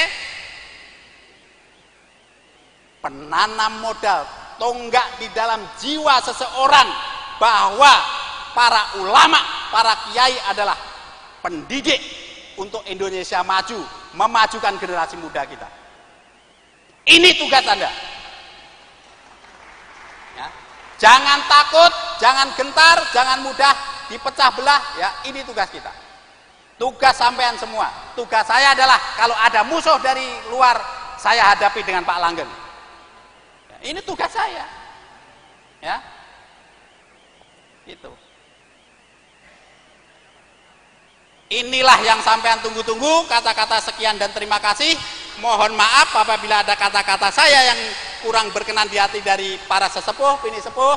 Ya, sekali lagi, bukan maksud hati saya untuk melukai atau kurang tidak berkenan di hati para sesepuh semua.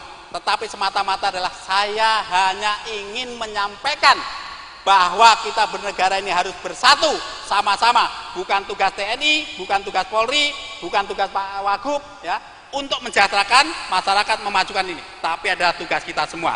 Wabillahi taufik wal hidayah. Wassalamualaikum warahmatullahi wabarakatuh. Waalaikumsalam warahmatullahi wabarakatuh. Tepat sekali 5 menit persis. Inilah namanya TNI itu begitu, bisa memanfaatkan waktu tepat, kasih 5 menit beres. Hadirin yang kami hormati, untuk yang ketiga kalinya kami mohonkan sambutan dari Bapak Kiai Haji Tad Yasin, Wakil Gubernur Jawa Tengah. Ini sesungguhnya adalah merupakan berkah dari Allah Subhanahu wa Ta'ala. Sebetulnya narasumber kita tadi salah satunya adalah Maulana Habib Lutfi, namun sampai detik ini juga belum ada konfirmasi kehadirannya. Mungkin ini Gus Yasin ini adalah kiriman dari Allah Subhanahu wa Ta'ala untuk ikut memeriahkan suasana ini. Kalau Habib Lutfi tidak hadir, sekarang Habib Tad Yasin hadir di tengah-tengah kita. Waktu dan tempat kami persilahkan.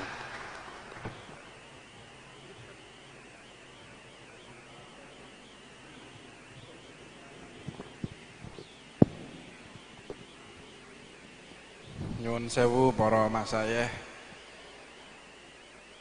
Bismillahirrahmanirrahim. Assalamualaikum warahmatullahi wabarakatuh. Alhamdulillah, alhamdulillahilladzi an'amana bi ni'mati suhbatil ulama bi jam'iyatin nahdlatil ulama. Walhamdulillah alladzi a'tana bi mahabbati alwarasatul anbiya. Wassalatu wassalamu ala sayyidina wa habibina qurrata a'yunina maulana Muhammadin sallallahu alaihi wasallam wa ala alihi wa ashabihi ajma'in. Rabbi shrah li sadri wa yassir li amri wahlul 'uqdatam min lisani yafqahu qauli, amma ba'd.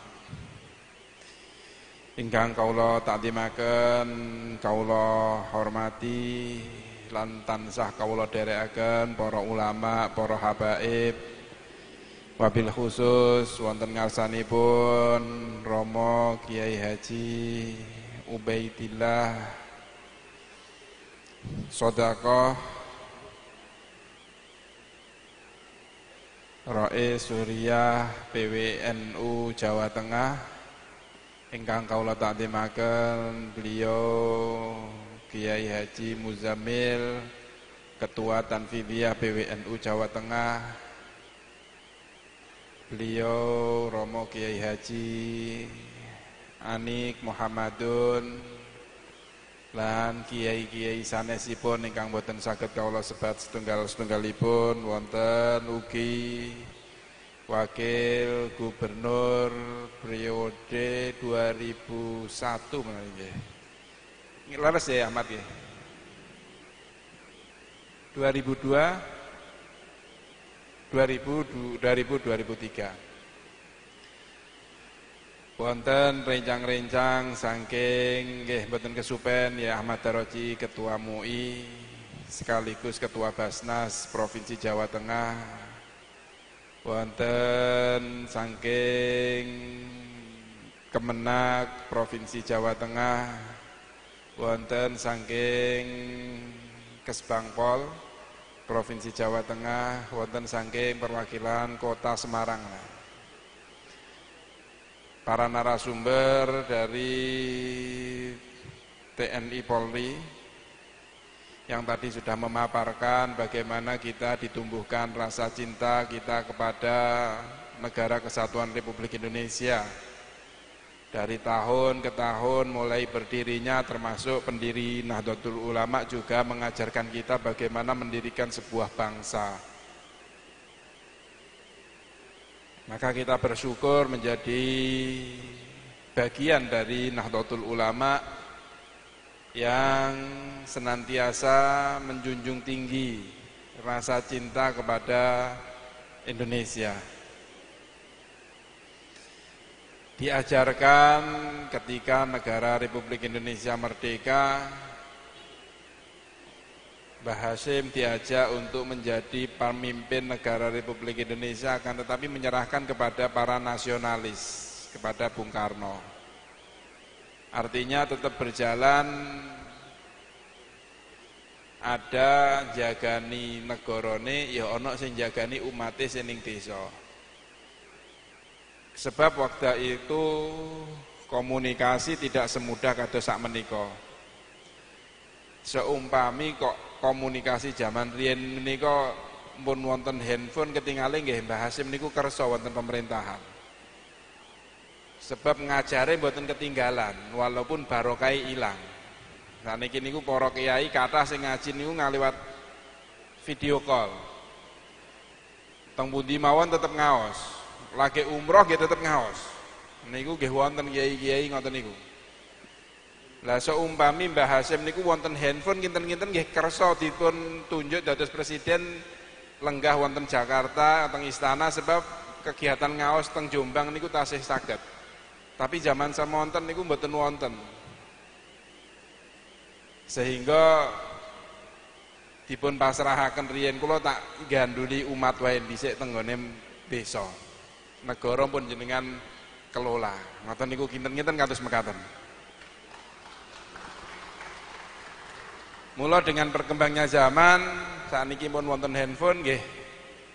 Pasangan nasional religius niki pun kedah wonten. Ngoten kira-kira ngoten niku.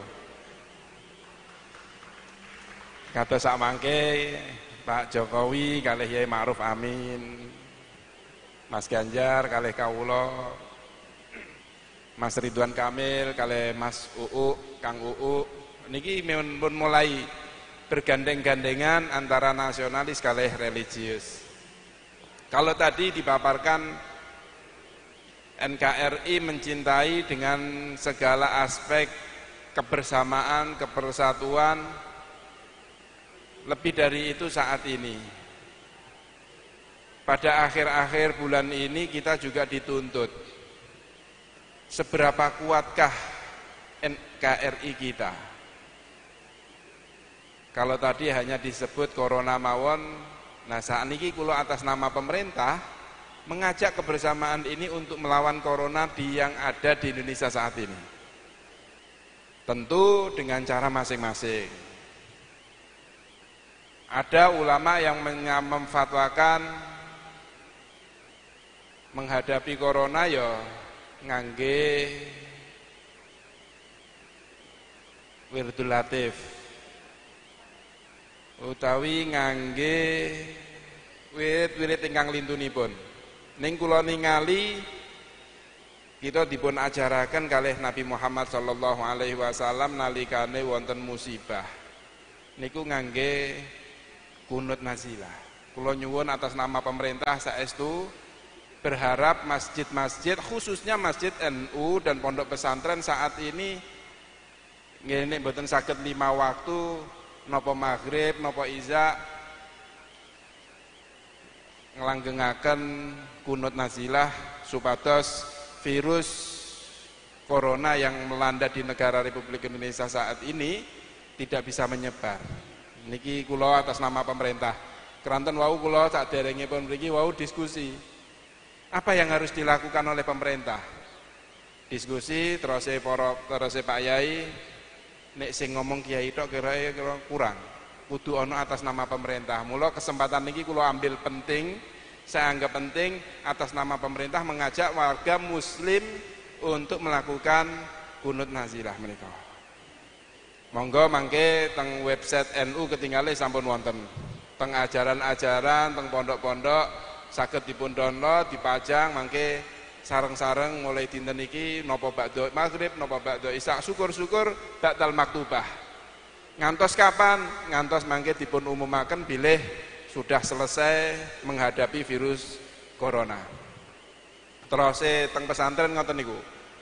Dadi sing iso iku ya pemerintah nganjuraken dados niki kula kangge ngilangi kewajibane kula ngajak umat Islam sebab terosipun Kanjeng Nabi menika bilih taun menika terosipun nggih bagian saking rahmat kangge tiyang muslimin. Maka untuk menyikapi kasih sayangnya Allah niku nggih rahmate Allah nggih nyedakno marekno awake dhewe dhateng pangeran. Sebab taun menika utawi wabah utawi virus menika Allah Subhanahu wa taala ngutus ala mayyasa. Ning gone sapa wae ra iso didelok. Apakah kita itu bersentuhan dengan yang terpapar atau tidak? Ketika virus itu ya bisa tersebar kemana siapa saja. Lewatnya cara apa enggak tahu. Walaupun secara medis ya enggak akan tersebar virus itu jika kita tidak pernah bersentuhan dengan yang terpapar.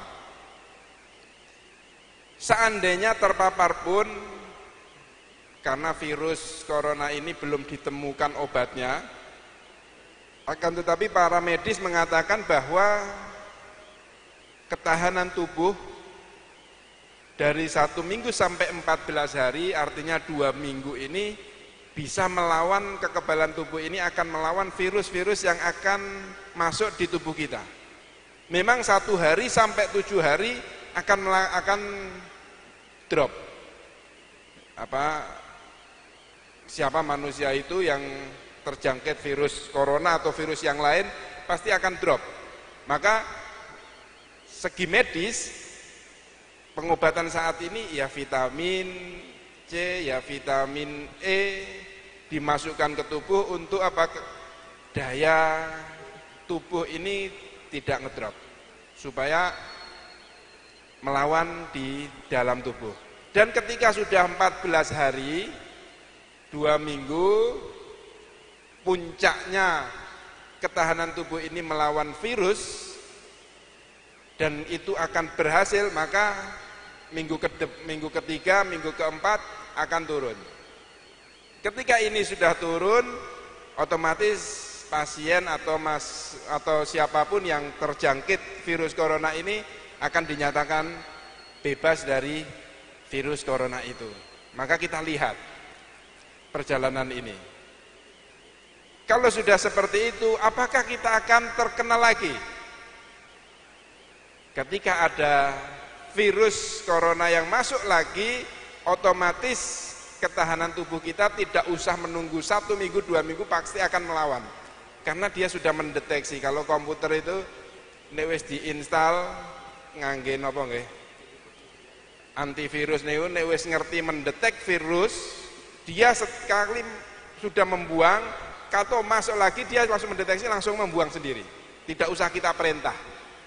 Niki nggih sami tubuh kita. Maka kula saestu nyuwun atas nama pemerintah niki mari kita benar-benar berdoa. Selain tindakan medis pemerintah Jawa Tengah, pemerintah Jawa Barat, Jawa Timur dan beberapa provinsi, selain itu juga pemerintah pusat menyiapkan bagaimana kita menangani ini semua. Mulai kita deteksi. Kemarin sebelum Bapak Presiden mengumumkan 2 orang terpapar virus itu, pemerintah sebenarnya sudah rapat akbar memang, tapi kita tidak mau membuka.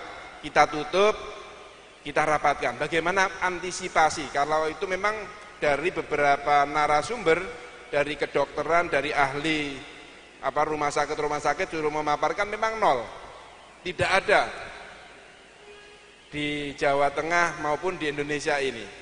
Sampai mengherankan lagi ketika ada kapal pesiar yang notabene ada 100 sekian warga negara Republik Indonesia di dalam kapal, dan itu juga sudah dinyatakan bahwa orang Indonesia tidak terpapar sama sekali. Akan tetapi memang tadi bahwa at-ta'un itu diutus oleh Allah Subhanahu wa taala ala mayyasa, maka ya bisa saja terjangkit di antara kita semua. Tapi tidak perlu khawatir bahwa kita selama bersih-bersih, selama kita ketika pulang ke rumah ganti baju, ganti pakaian, mandi, insya Allah itu semua bisa kita hindari. Ini yang pertama terkait NKRI coro keadaan sekarang. Kita niki diuji. Sebab apa? Dengan munculnya virus ini muncul pula mulai jiwa-jiwa saling menyalahkan. Ini loh sebab pemerintah tidak mau terbuka. Ini loh gara-gara ini ditutup-tutupi tidak. Ini loh karena Indonesia nggak mau antisipasi sejak dini. Dan lain sebagainya, ini nantinya bisa membuat kekhawatiran lebih di dalam masyarakat. Saling menyalahkan ini tidak baik. Karena apa? Karena perintah Rasulullah ketika ada sebuah musibah yang namanya taun atau wabah atau virus, ya kita harus berdiam diri, nggak boleh kita lari. Akan tetapi kalau memang virus itu didengar, berlarilah seperti kalian berlari ketika menghadapi hewan buas, macan. Larilah sekencang-kencangnya, kita menghindari. Akan tetapi kalau sudah di dalam, ya kita nggak boleh ngapa-ngapain, kita harus diam, tawakal, dan tentu pasrah kepada Allah Subhanahu wa Ta'ala. Ini yang dilakukan oleh umat Islam. Dan saya yakin kita tahu semua bahwa ketika kita meninggal ya seperti ka'ajri syahidin, kaya ganjarane wong sing mati syahid. Itu kalau kita benar-benar iman kepada apa yang didhawuhkan oleh Rasulullah sallallahu alaihi wasallam. Para kiai ngapunten, kula mboten menggurui, tapi karena ini kula niku mun kadung didapuk dadi pimpinan negara juga harus menyampaikan ini. Kelanten pimpinan negara niku nggih tugase ora kok cuman ngatur sing ekonomi macam-macam, tetapi juga harus ngatur agama. Artinya harus menyampaikan dari siapa, bukan dari saya, dari bisik-bisike asaran-saranipun para masyayikh. Gus sampeyan saiki kudu nyampekno, kudu ngajak masyarakat ndonga, masyarakat wiridan khususnya kunut nazilah menika. Mula saya menika niki kula sampaiaken lan kula nggih nyuwun ngapunten wau terlambat nggih, kala wingi diundang nggih mboten dereng saged mriki. Keranten niki nembe jaga gawang Mas Ganjar niki teng Jakarta, mestinipun wingi tok Mas Ganjar ngenan. Kelanten wonten perkembangan corona niki ketingale kepala-kepala daerah dijak rapat kali Bapak Presiden, sehingga saat ini masih ada di Jakarta untuk merapatkan hal-hal yang perlu ditangani di negara Republik Indonesia ini. Jawa Tengah untuk melawan virus corona kita sudah menyiapkan Pak Yai beberapa rumah sakit pemerintah Provinsi Jawa Tengah. Ada 6 kita dorong semua dan ditambah beberapa rumah sakit. Sudah ada jumlah 10 rumah sakit yang kita sediakan. Dan kalau itu melonjak, na'udzubillah min dzalik, semoga aja tidak ada. Kalau itu ada, kami juga sudah menyiapkan langkah-langkah berikutnya. Seperti menyediakan pulau-pulau yang kosong. Ini juga kami nanti marin. Terus pulau ini kira-kira harus dibangun piye? Dapuk wae TNI utawa Polri nek kon gawe rumah sakit ngetekno tenda niku paling gampang. Biasane ngoten niku. Jadi nanti kita kerjasama dengan TNI piye carane ngadeg dhisik rumah sakit darurat. Kita kirim, kita isolasi dan lain sebagainya. Ini langkah-langkah yang kalau seandainya, tetapi sampai saat ini alhamdulillah insya Allah tidak ada di Jawa Tengah. Kita lokalisir aja yang ada di sekitar apa yang terdampak saat ini. Para yai,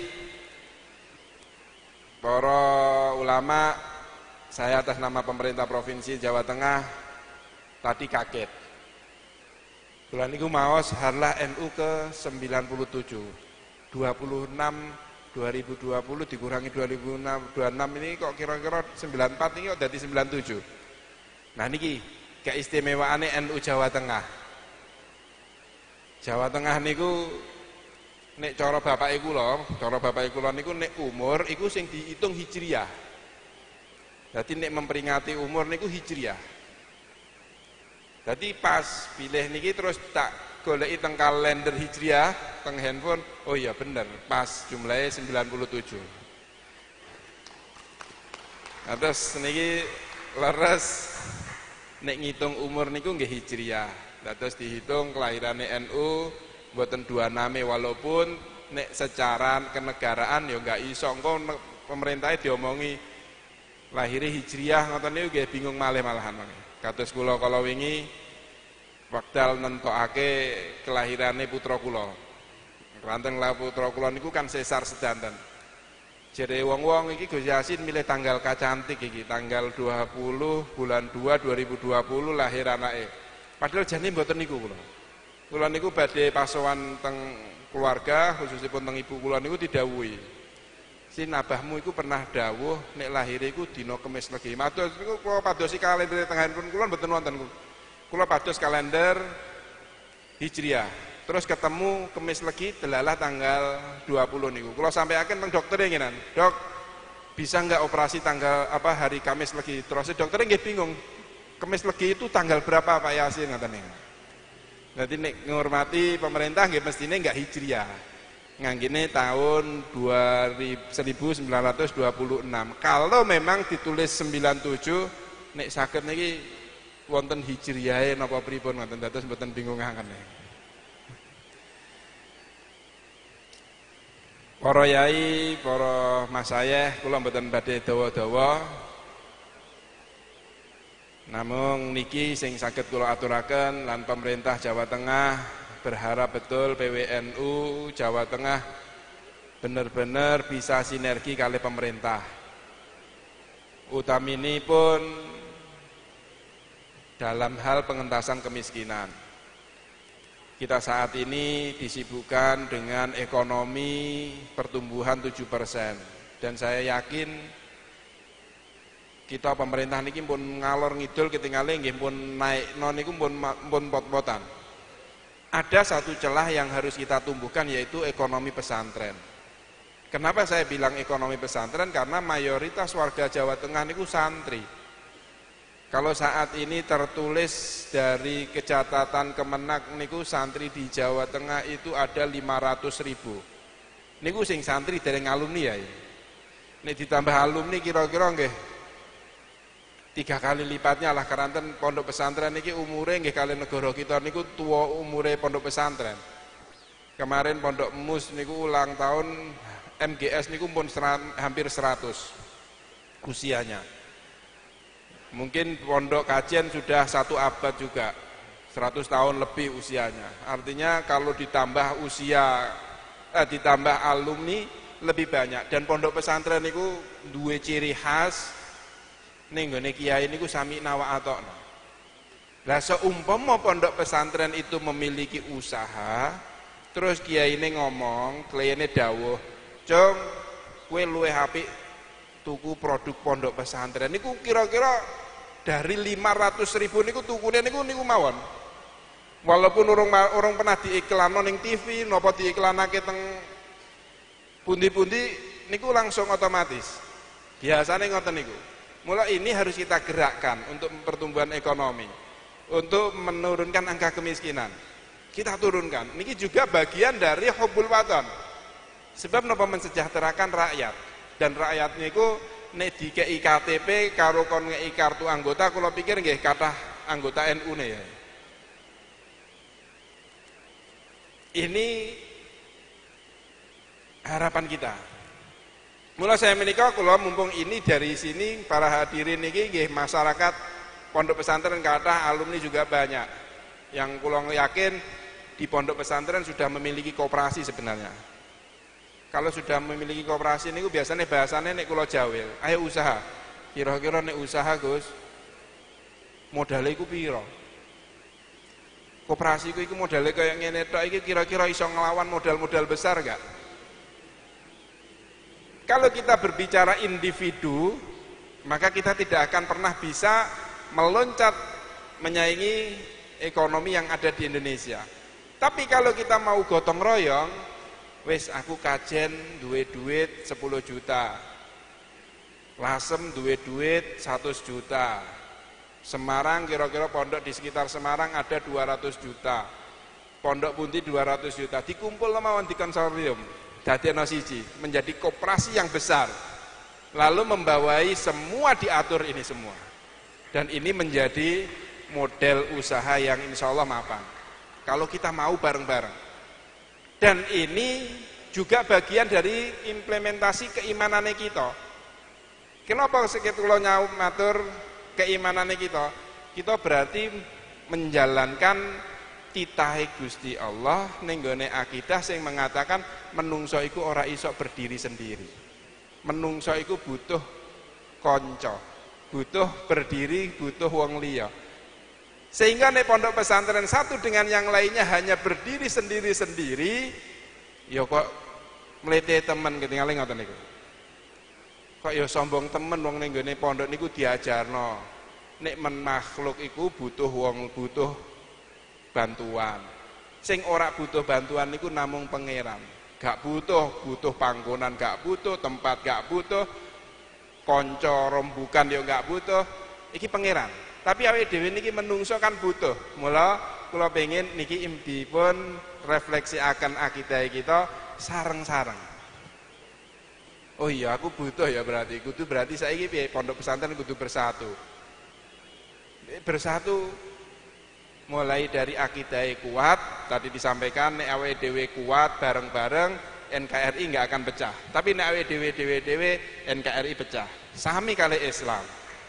Nek awake dhewe bareng-bareng Islame ya iso rahmatan lil alamin bareng kabeh rahmatan lil alamin. Tapi nek mlaku dhewe-dhewe ya kalah karo sing liyane. Niki sing saged kula sampaikan tugasin apa wonge ketingale. Nutup nggih. Niki mawon ketinggalan tugasnya kula. Kalimat ikhtitam niku maksudnya kalimat ikhtitam sing pira nutup napa niki acarane kula tingali sampai dinten Minggu. Mosok ditutup. Oh, sebagai menutup pembicaraan ketiga, materi ketiga. Kalau mau bingung, kon nutup kula tingali jadwalnya ngantos Minggu, insyaallah Minggu kita akan bersolawat NU bersolawat, PWNU Jawa Tengah bersolawat teng Simpang 5 insyaallah. Nah niki monggo kita sareng-sareng gedheaken, kita sengguyung bareng-bareng, matur sembah nuwun. Kula akhiri mugi-mugi wonten manfaatipun dhateng kawula pribadi, khususipun dhateng masyarakat kathah. Mugi-mugi wonten manfaatipun. Kula akhiri hadanallahu wa iyyakum ihdinas siratal mustaqim. Wabillahi taufik wal hidayah. Wassalamualaikum warahmatullahi wabarakatuh. Waalaikumsalam warahmatullahi wabarakatuh. Terima kasih atas sambutan yang telah disampaikan. Ada beberapa hal yang menarik untuk kita cermati adalah bahwa Bapak Wakil Gubernur dalam hal ini Gus Ustaz Yasin memberikan satu program yang bagaimana agar pondok pesantren para santri-santri ini betul-betul bisa menjadi santri mandiri yang tersejahterakan secara ekonomi, di mana salah satu pemikiran beliau adalah munculnya koperasi bersama. Ini saya kira satu ide yang sangat bagus dan sangat akan menjadi satu realitas yang akan membawa kebahagiaan para santri ini manakala ini dipercayakan kepada PWNU saya kira. Ya, karena PWNU sudah punya RMI dan saya kira SDM PWNU itu saya kira siap untuk menghandle ini, untuk mengkomunikasikan kepada PC PWNU se-Jawa Tengah. Saudara-saudara sekalian, jam kami telah menunjukkan pada pukul 15.47. Kita sepakati kayaknya kalau halakoh dialog tidak ada halakoh nggak ada dialog kayaknya kurang ngeh gitu ya. Maka kita sepakati kita nanti akan selesai jam 14.30 ya. Berapa? 16.30 betul, 16.30 mohon maaf. Sekarang jam 15.48 persis, masih tersisa waktu 30 tambah 12 42 menit. Ya. Ini ada pesan sponsor dari RMI PCNU Kabupaten Magelang, sabun santri. Monggo nanti kalau yang mau membeli ya, ini kami mohonkan nanti semua peserta dan para hadirin ini nanti untuk bisa ikut menyaksikan stand yang sudah kita siapkan di belakang kantor PWNU. Barangkali itu semua adalah karya para Nahdien dan harapannya apa yang sudah dipamerkan di stand itu akan membawa kemanfaat kepada Nahdien. Oleh karena itu langsung saja kami buka sesi pertanyaan. Dan karena memang singkatnya waktu, kami mohon hanya 2 penanya saja. Ya, monggo satu Mbah Kiai Rais Suriah Solo Kota. Yang satunya Ibu ya dari kaum difabel. Monggo. Panitia mohon dibantu. Mbah Kiai Sofwan.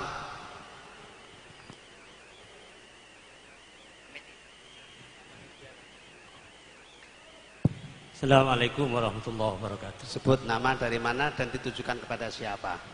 Nama saya Sofwan Fauzi, Rais Suriah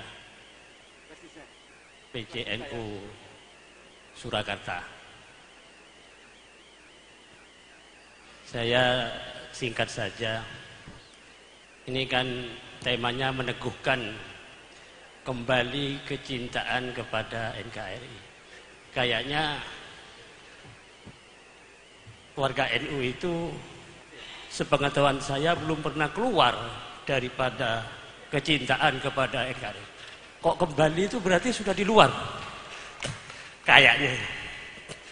Jadi kembali meneguhkan kecintaan kepada negara kesatuan Republik Indonesia. Kita ini warga NU belum pernah keluar, tetap cinta mulai dulu sampai sekarang, insya Allah sampai kiamat. Kalau lainnya NU mungkin itu tidak cinta itu. Alhamdulillah saya sendiri belum lahir sudah NU, karena bapak saya komandan Bangsер, belum nikah dengan ibu saya sudah jadi komandan Bangser. Jadi apa namanya, bahan bagus yang jadi saya ini sudah NU sebetulnya. Jadi kecintaannya terhadap NU itu insya Allah sampai yaumil qiyamah. Saya juga mau menanggapi tentang Bapak langgeng dengan Bapak dari TNI.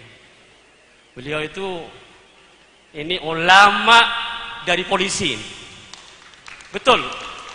Saya mengamati apa yang diuraikan itu sudah inti daripada sufi itu. Bahwa syariat, thariqat, hakikat, makrifat, kan begitu. Untuk memantapkan kecintaannya ke negara kita, berangkat dari kebersihan hati, kan begitu. Itu kebetulan ini yang hadir semua Pak, 95% itu ahli turuk ini, ahli thariqat ini. Alhamdulillah panjenengan itu, cuman kami mohon dari pihak panjenengan juga sama dengan kita, untuk membersihkan jiwa juga supaya lebih mantap negara kita ini nanti ke depan. Kemudian juga tadi Bapak dari TNI bahwa apa namanya, kita ini harus betul-betul menjadi orang yang bisa mengokohkan kesatuan Republik Indonesia itu. Jangan sampai rapuh, jangan pecah-pecah. Karena memang khususnya umat Islam selain NU itu banyak sekali Pak. Di Solo ini sekarang sudah 39 aliran umat Islam di Solo. Padahal sumber radikal itu di Solo itu. Saya ngitung dengan Pak Presiden waktu jadi wali kota baru 19 itu. Sekarang sudah berjalan 13 tahun, 14 tahun Presiden. Dari wali kota pertama sampai jadi presiden ini sudah naik lebih dari 100%. Nah, kami mohon bapak-bapak ini memberi pemantapan tentang NKRI itu kepada mereka. Kalau kepada NU insya Allah sudah beres, wong NU itu sudah yang ikut mendirikan NKRI, insya Allah itu. Saya kira itu saja. Mohon maaf, kurang lebihnya mohon maaf. Assalamualaikum warahmatullahi wabarakatuh. Selanjutnya Ibu perkenalkan nama dan baik, terima kasih. Assalamualaikum warahmatullahi wabarakatuh. Nama saya Yukti Asih Proborini atau Proborini mungkin pendeknya, dari Sejiwa Foundation Semarang, Bapak. Agak aneh mungkin saya hadir di sini karena beda sendiri, nggak pakai kaki Pak. Kaki saya muter, jadi gelinding. Dan agak aneh juga karena ternyata tidak